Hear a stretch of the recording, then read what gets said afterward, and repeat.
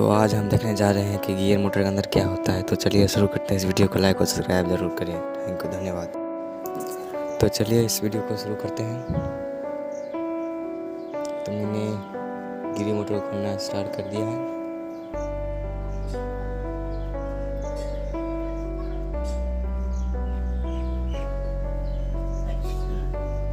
तो मैंने gear motor को खोल दिया। आप देख सकते हैं इसके अंदर एक मोटर, कुछ गियर रहते हैं।